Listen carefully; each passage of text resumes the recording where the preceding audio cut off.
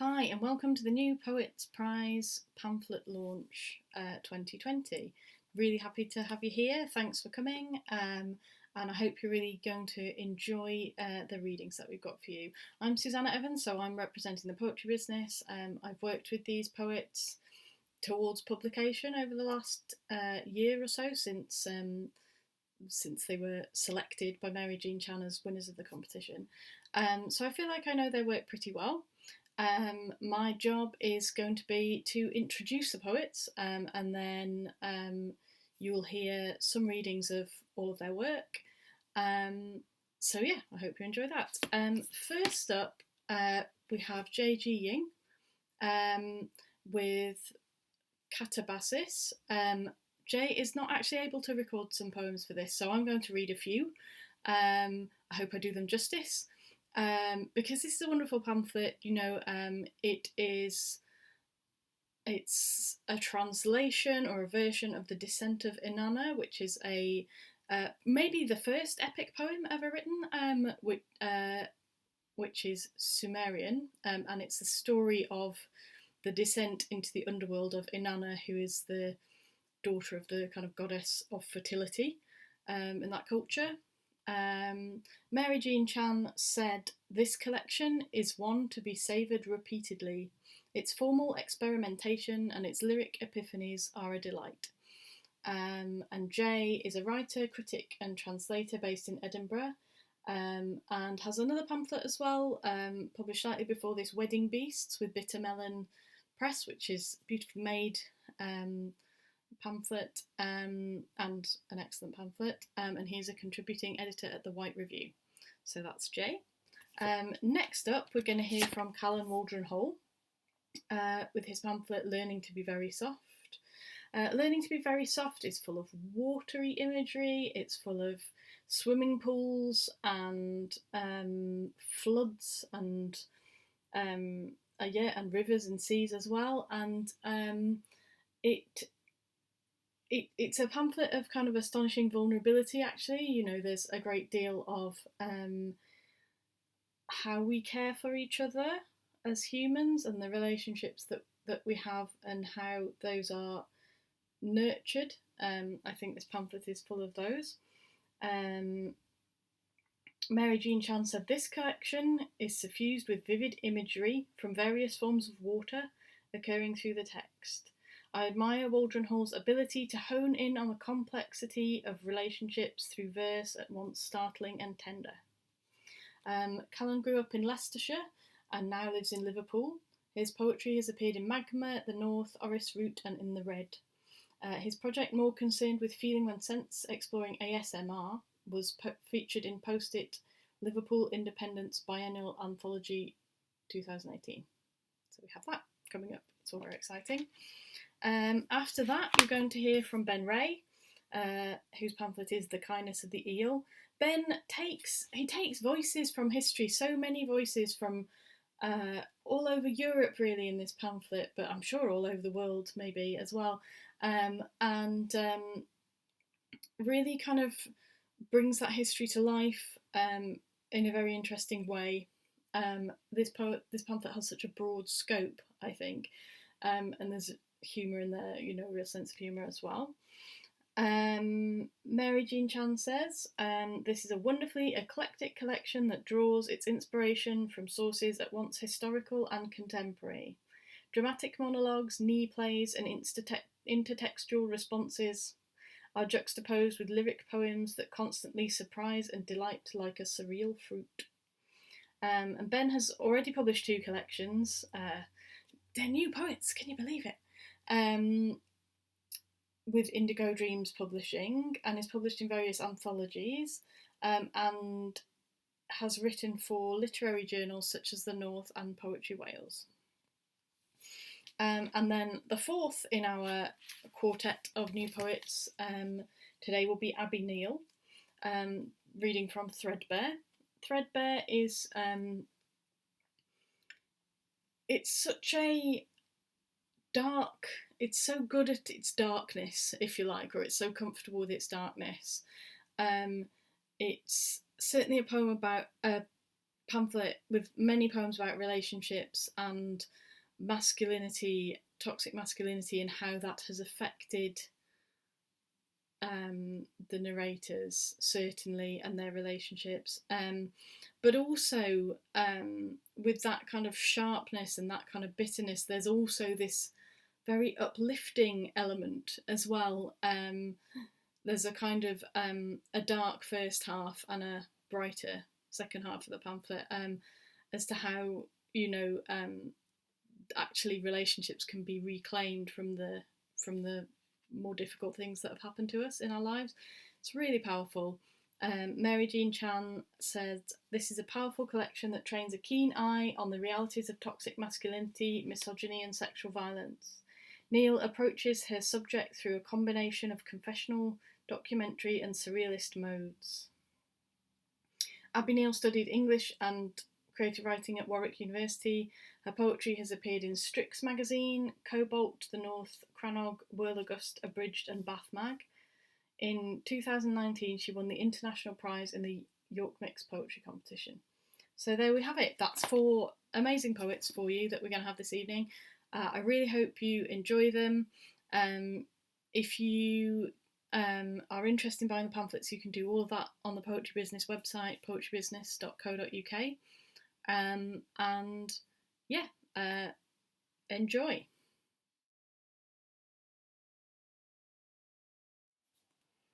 Hi, I'm going to read 3 poems now from Katabasis by J.G. Ying. Forwarding. So sister, what did you do in the war? I burnt war's photographs over a grave by the fountain's dovecot. In the hut on the mountains, the immaculate homing heralds were plucked bare, and war really was far flung. Dozen stamps of partitions or DMZs I could not believe still existed. Lapis lazuli ink from every ochre or synthetic resurrected in our tender address to endless war. I moved a mountain over those testimonies of the dead, read each out in a weak unsettling light. So if war surely could travel back in time, back up the coast like a forgotten word, stacking bodies in a mass grave of travertine, well, war would only need to hear the wind's artifact whistle, our oxidized soil upturned, war's lost heads cracking their jewels on hollowed out houses, searching for a neck to hang from inside.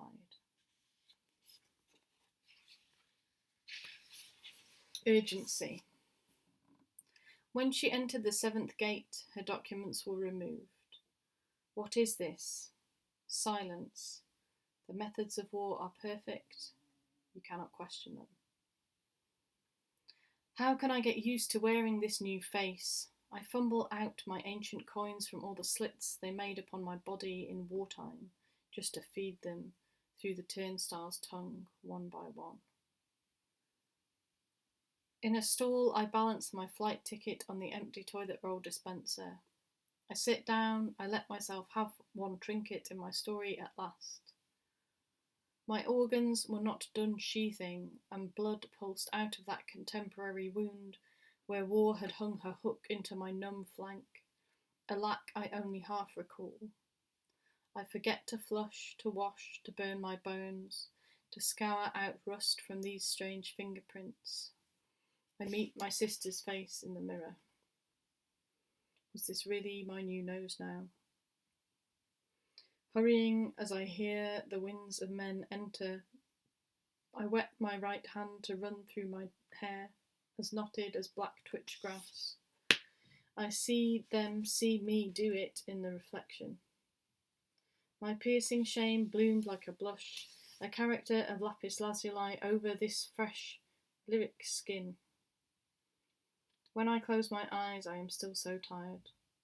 I really felt like I was dreaming in that black cubicle again. With hope, I read those ciphers cut into the wall as invitations towards rituals. I was just as desperate. I had left my oak tree. I had the salt sea leave me. I loved. I wanted to love. I escaped the follies of love.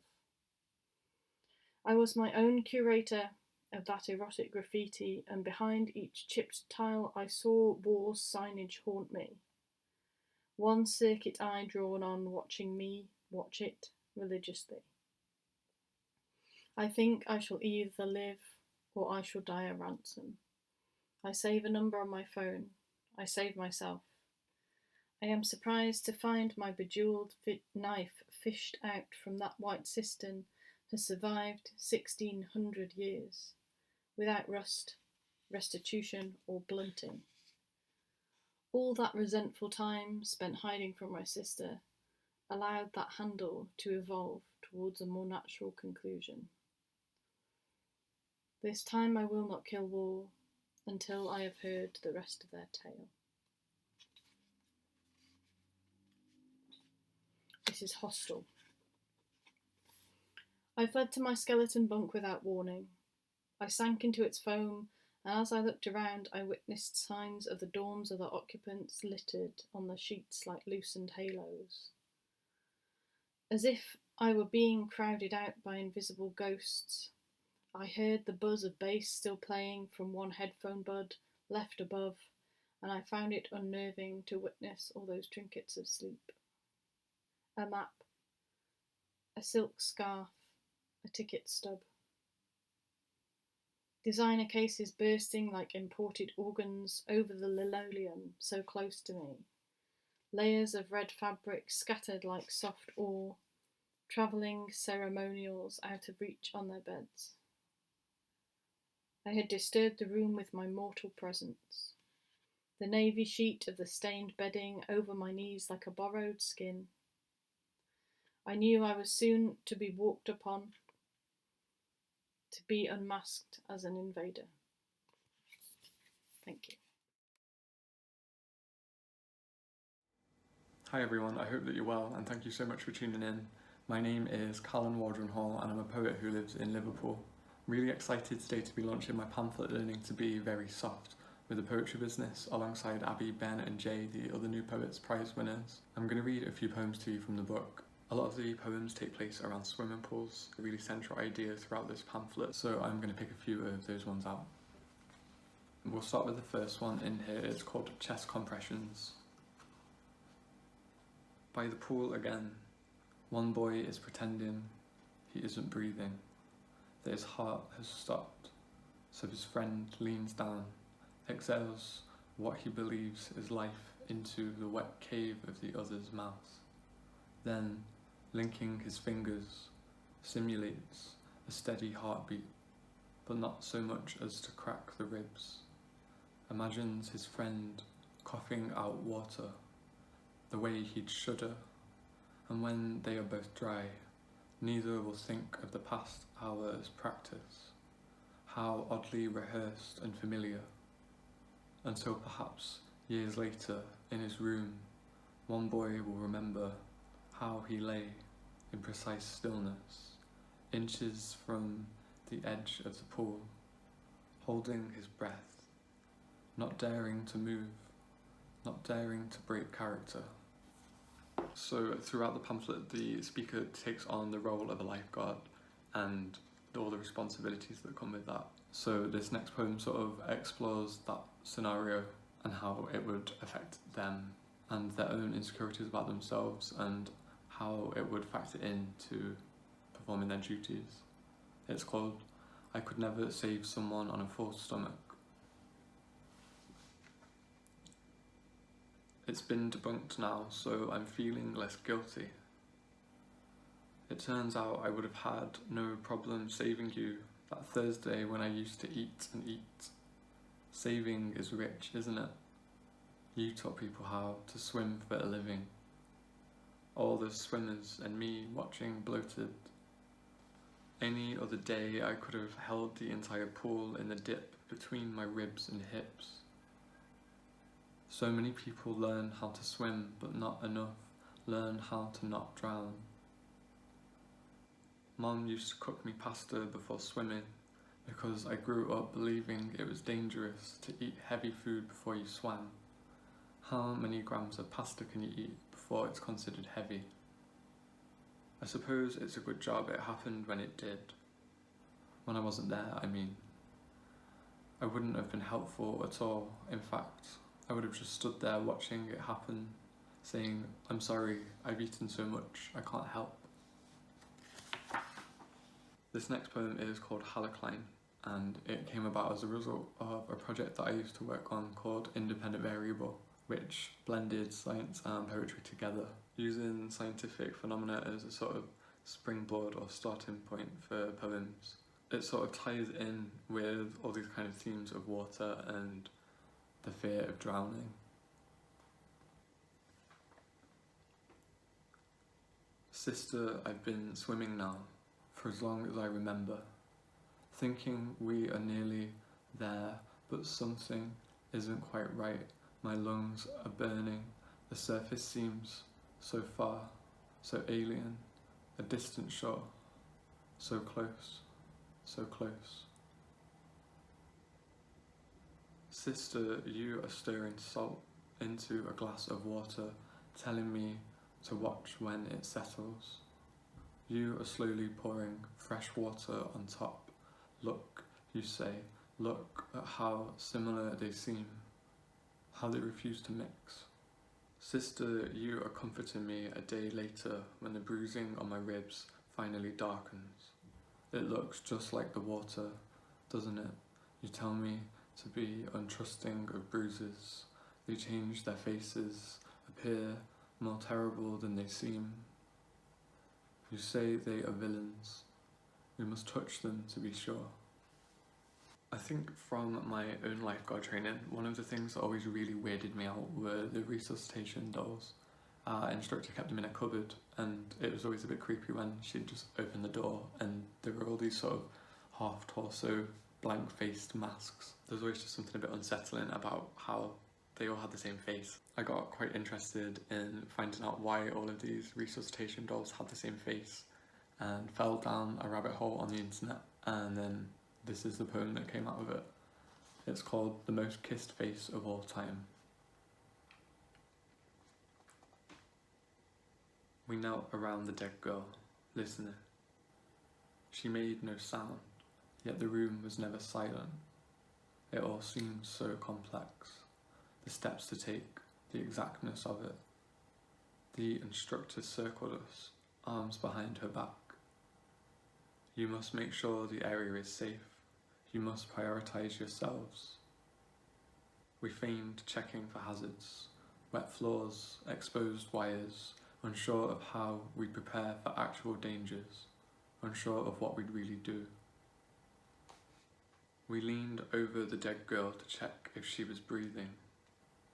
When we noticed she wasn't, one of us began phoning for help. Another went searching for a defibrillator. I pushed down on her chest and it clicked, over and over. The instructor warned us we would most likely break something somewhere, but that it would be worth it if it meant saving a life.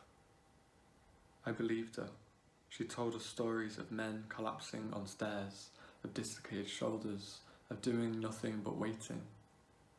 She told me to kiss the dead girl, and I did, forced air in, felt her chest rise.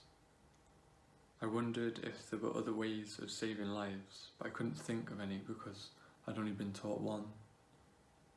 The dead girl stayed dead, mouth open, waiting to be cleaned.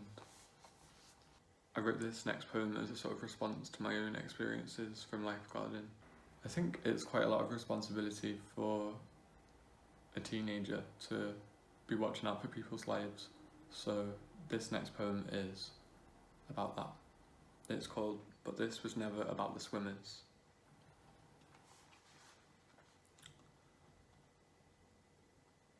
I am followed by an unshakable feeling that I should have noticed your hands, hesitating when you unhooked the ropes at the pool, rolled everything in. How typical of them, heavy with water, to fall from the rusted wheel, and you without a word, unwinding and starting the process all over. How typical of those lonely swimmers who think if they push their bodies between the ropes off lanes, they might, just once, be surprised at what can happen when we go beyond what we think we can do, after the aching muscles have finished sobbing at the side, drawing in great breaths, and you, hunched over, head between your knees, wondering how many times would you have to loop the ropes back before everything was in its place. I'm going to read the final poem in the pamphlet, which is where it takes its name from. But before I do, I just want to quickly say thank you so much to the Poetry Business for all of the help, and to all of my early readers who read some bad drafts, but helped to make them a bit better. I couldn't have done it without everyone, so thank you. When you're training to be a lifeguard, you spend a lot of time learning how to save people, but something I didn't really think about until quite a few years later is that you also learn how to let yourself get saved. I think I spent just as much time diving in and saving people during my training as I did waiting in the deep end for someone else to come and save me. So that's what this poem sort of addresses. It's called Practice. I am playing victim again, waiting to be rolled over and dragged to safety. It is difficult to fake drowning when you can swim. I am trying my best to be as heavy as I can.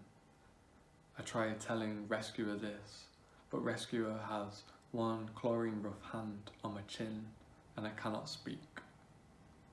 Rescuer's knees are pressing into my back. I go limp and let myself be rocked with the motions of rescuers kicking.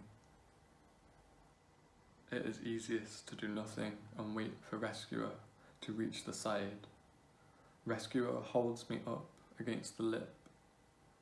Rescuer is practicing technique on how to save a victim. I am practicing how I would be victim, or better, practicing how I would wait to be saved. It is like learning to be very soft. Hello everyone, my name is Ben. Thank you so much for joining me at the online launch of The Kindness of the Eel, my collection released on June 1st with the Poetry Business. It's imperative that you find yourselves a beverage of your choice and get yourselves to a suitably socially distanced spot from which you can enjoy the poetry. This poem's called The Thoughts of Charles Byrne. Charles Byrne was born with a genetic condition known as giganticism in the 18th century, and his skeleton is still kept against his will in the Hunterian Museum in London. The Thoughts of Charles Byrne. When the sun went down, and darkness crept in, slick as an afterthought, and I fell off the tongue of God like the last line of the sacrament, I said to George, I told him, don't let them take me. My earthly carriage is my own. Bury me within the water. I beg you, don't let them touch. We gathered round his deathbed quickly. Nay, I'm not ashamed to say, eagerly, writes Dr. Morton of Chelsea. Lord, I know I was mean once. As a child, I killed a dog that came too close, dropped the stone from my height like a judgment, and then, yes, the nails digging into palms, bent double to allow for Pa's beating. The subject is 7 foot 7 inches tall, this remarkable condition being brought on by some abnormality, evidence of pituitary tumour at the base of the skull, writes a medical report, 1909. Was it this, George? Tell me, what is the reason I have stood to attention for all this taut time, wires binding my chafing limbs? Was it the drink? Surely it cannot be his will that my crown's closeness to the heavens keeps me from the sleeping earth that he calls the remaining world to. His great height originating, it's thought, from reliable quarters, from his being conceived on the top of an exceedingly tall haystack, writes the Herald newspaper, 1782. Why do I remember the dirt between the seat-crammed rows, the applause as I danced for unknown eager faces behind lights, crowds as I lit my pipe off the lamplights on Cowgate Bridge, all those catcalls and hand-claps which gave relieved thanks that they were not me? Where was that place, George? Tell me. Sometimes I forget. Where am I? We saw him drink from a teapot once. It was right frightful to watch, and Mamma told me he would eat us if we didn't go to bed when told, writes Sarah Price, an audience member. I once knew Elspeth at the Royal, arms broad from too many days' work, a chest that beckoned you in, eyes that could swallow a week's savings. I'll have another round, Elspeth, and one for yourself, and 1 shilling for the driver, and 10 shillings for the law, to avert its omniscient gaze and to get the object away to safety, writes John Hunter, surgeon. I was stripped. A shocking act. Myself stolen and boiled from my bones. Where am I, George? I'm not home, I can tell. No, not gone yet. The specimen is a wonder to behold, with a normal man placed beside, in order to accentuate the medical event for all to see, writes Richard Gables, medical student. Oh, I have been held still for longer than I breathe this very air. I am tired, George, so tired. Just let me kneel. Lie down on the seabed's blessed floor.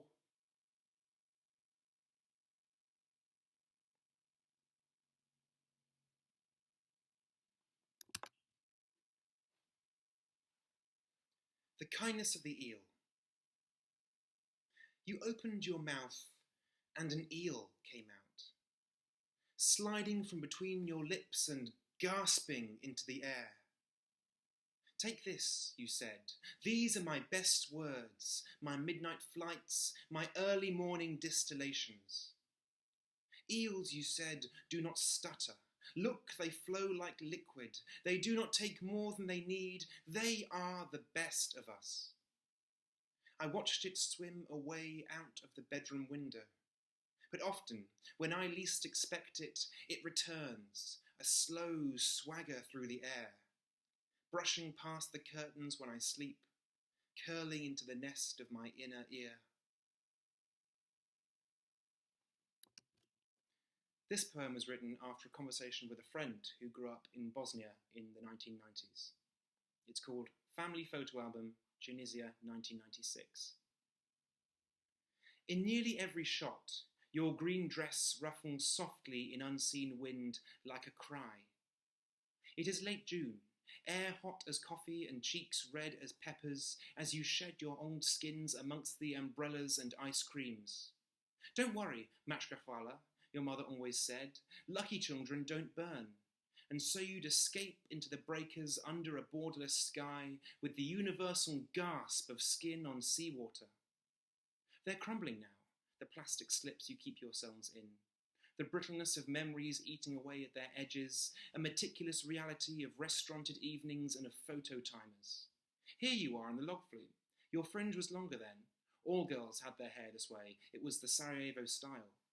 Here's you playing confused decoy, told to sit still as your mother surreptitiously snaps the first black man either of you had seen. In this one, your mother grasps your hand, but she is looking away, above the camera, perhaps to a future you will now never have, where party badges glint in the sun, where tea stands not for Tata but for Tito. Or perhaps to the afternoon when 200 Muslims were thrown from cliffs, and she managed to rescue 3 boys from the wreckage. There's no photo of this.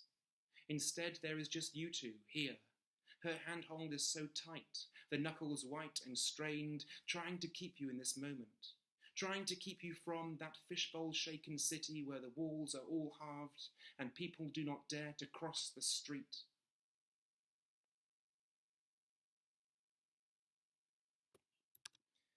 In this collection, I wrote a series of short, disconnected poems called the Knee Plays.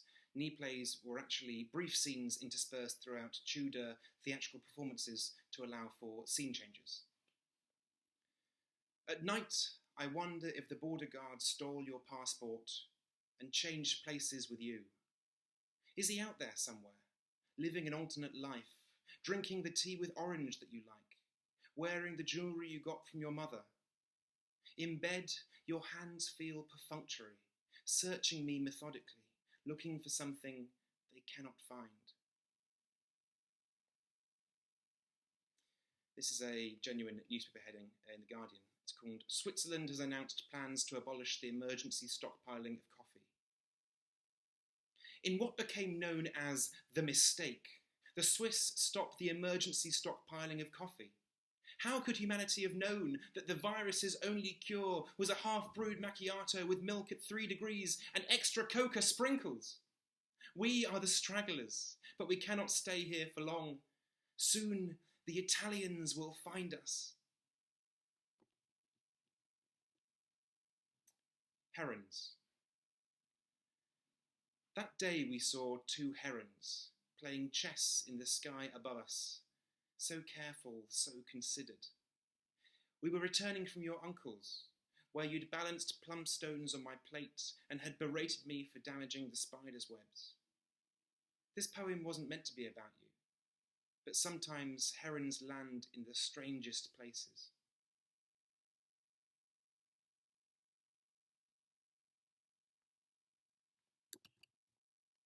Inventory of the contents of my grandparents' suitcase on their journey from Bulawayo, Rhodesia to Heathrow, England. 2 pairs of custom-made sheepskin jackets, double thickness to keep out the British chill. 1 jumbled box of doll's house equipment, destined to be lost between endless floorboards. 4 battered bush hats, dented by memories and missing their chin straps. 1 dog collar without dog, kept simply because it could not be kept. 1 box of secrets, said to hold the human heart and sealed shut with wax. 29 socks, one of which is still mourning its soulmate, left on the floor of a cheap hotel room on a distant continent. 1 signet ring belonging to Cecil Rhodes. 3 small beads from the ruins of Great Zimbabwe, which hold the key to the purpose of the ancient site, and which will be hunted for fruitlessly by archaeologists for decades to come. 1 ceremonial sabre, adorned with the BSAP crest, destined to be swung, stolen and fought over by generations of grandchildren. 4 pots and pans, hopelessly trying to tessellate in the packed space. 2 elephant tusks, reportedly given by King Leopold II of Belgium to his wife as a gift and bought in a flea market in Nyasaland in 1954. 1 wedding photo, framed, contains 2 smiling faces, 1 Old English church, 1 entwined future. 1 original document of the Unilateral Declaration of Independence, the heaviest item in this case. 1 rubber snake, pulled unwillingly from under floorboards and dragged by the tail across the ocean. 3 shoeboxes of photographic slides, each of these images containing more than this entire box. 1 small flightless stone bird, nesting in a pair of shoes. No one's quite sure what it is or how it got there. 4 small African masks, kept almost ironically as souvenirs of a life they cannot hope to summarise, and which will hang in nondescript hallways in a succession of suburban houses. 2 children, who are thinking of all the trees in the African bush left unclimbed, and who have no knowledge of just how damp and cold their English winters will be.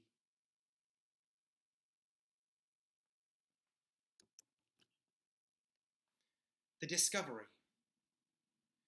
Today they found the ship Herodotus had described over 2,000 years ago, lying still like a secret under dark waters, silently shoring up his words with its hard timber ribs, mooring itself at last alongside our consciousness.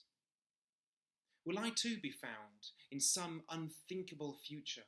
Will the measurement tape circle my temples and confirm that I existed, that I loved and was loved, that I gave and was given to? Or will I appear under clumsy, careless fingers that have no knowledge of who they touch?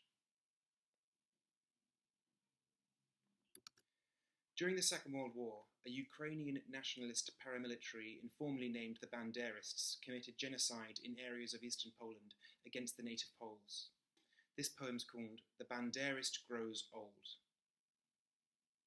It is summer in his Lviv, and every year he feels it more acutely through papery skin, as if his body is reducing under daylight. His life is regular now, shrunken into a point. He doesn't feel the need to wash his hands before dinner, where he regularly eats 4 potatoes, a carrot, a roll of bread. Watch, he cuts the fish expertly, slitting it smoothly from neck to navel. The knife is sharp, always. There is no space between the borders of his days for unnecessary movement, for question, for debate. Often, In his old age, he forgets his glasses, and if you asked him now where to dig, he doubts he'd remember. His neighbours know he is one of the heroes, last of a nation builders, in a country where everyone has seen blood and no one asks the other whose it was. He likes the sound of cats purring and afternoon traffic, just sitting and letting thoughts drift back to a tree, a village, a courtyard, the well, sunshine, the rope, the axe, and what happened there.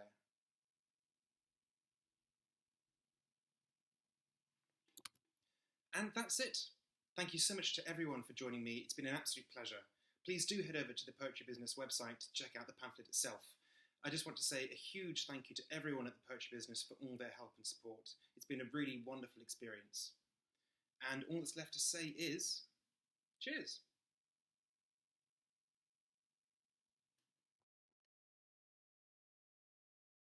Hiya, my name's Abbie Neale and welcome to the launch of Threadbare. Before I dive into the poetry reading, I'll just explain a bit about the book. It's separated into two parts. Part one being predominantly about toxic masculinity, misogyny, sexual violence.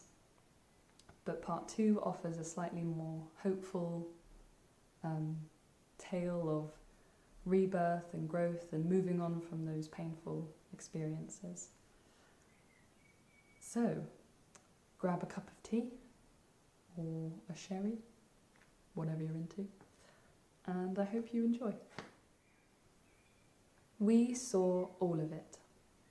Kids bullying kids for being simple, or simply doing sums, the waiting gates for bully dads and bully mums, kids rating kids on their things and their looks, and the library making out and taking out anything but books.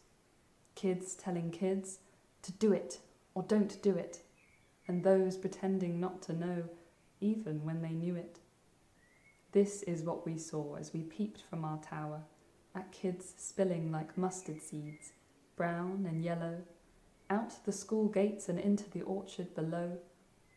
I pictured the oranges, how the children never touched them, never even tried, and how it felt to be shaken only by the hands of the wind and only hit by the light, just right, a shine on their curve, as if each one held a moon inside. A knot formed in my throat as I watched on, out of earshot, wondering what they'd say, day and night, the kids to other kids, the trees to their baubles, and over time the garden grew and the knot there thickened, as we waited for a child to prod, punch, or pick them. But they listened to their fathers and mothers and stayed away.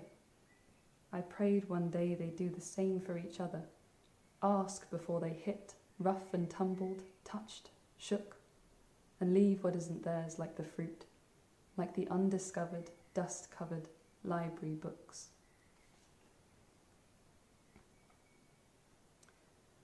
This next poem is actually how the pamphlet got its title.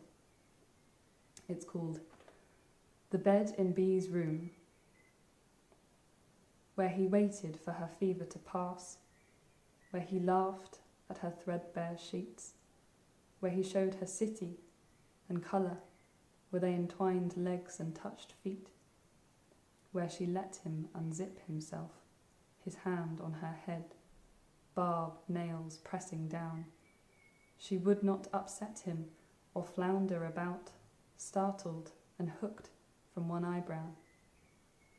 She wasn't sure what they had both let happen in the threadbare bed in her room, where she felt for her blanket like a seatbelt as she worked up the courage to ask him. "It's not my fault," he breathed. "You were part of it too." And she knew what that implied. She'd watch him smile, and she wore it herself for a while, like a shirt with the tag still inside.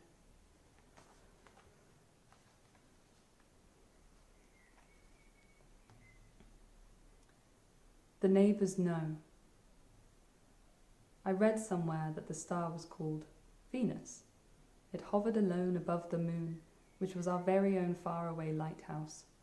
The tower overlooked the city and the trees which flowered, shading the streets, and we prayed for the woman in the house next door and the garden that used to be pretty.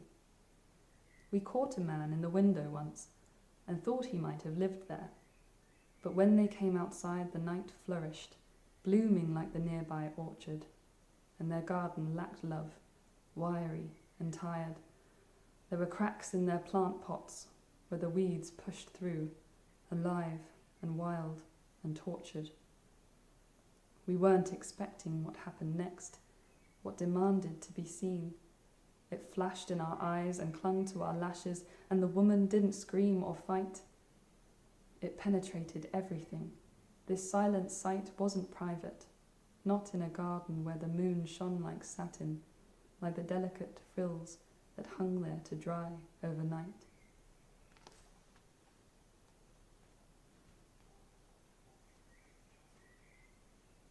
I thought you were into it. He says it, holding a vodka lime, looking into the glass, probably thinking about passion. I remember a naval bite mark, Ocean's 11, the remake, a machete collection, his dad's. In case we made a baby, he doesn't tell me his last name. It's like we both forget I'm there. It will be 4 years until I learn that something can be consensual and wrong at the same time. He looks up from the vodka lime. There's space between us now, like two sides of a Basquiat bridge, a yawn spawned from a kiss, a learned loneliness. Enough space to contemplate the meaning of into it, of him laughing and me joining in, of a straw that moves in slow circles, stirring the floaters in my eyes like cat hairs. Now I'll read some poems from part 2.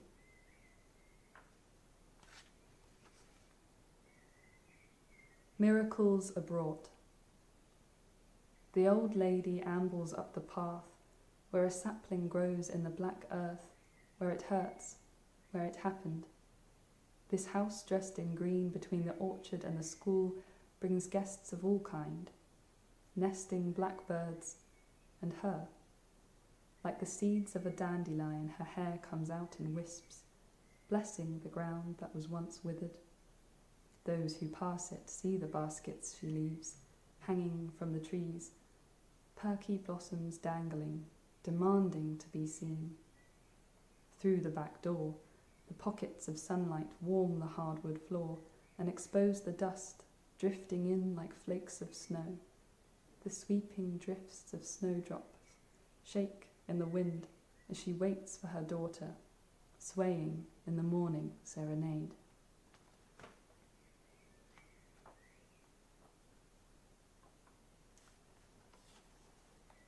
The first time since the last time. My limbs are long and thin, like the bones in a bat's wing.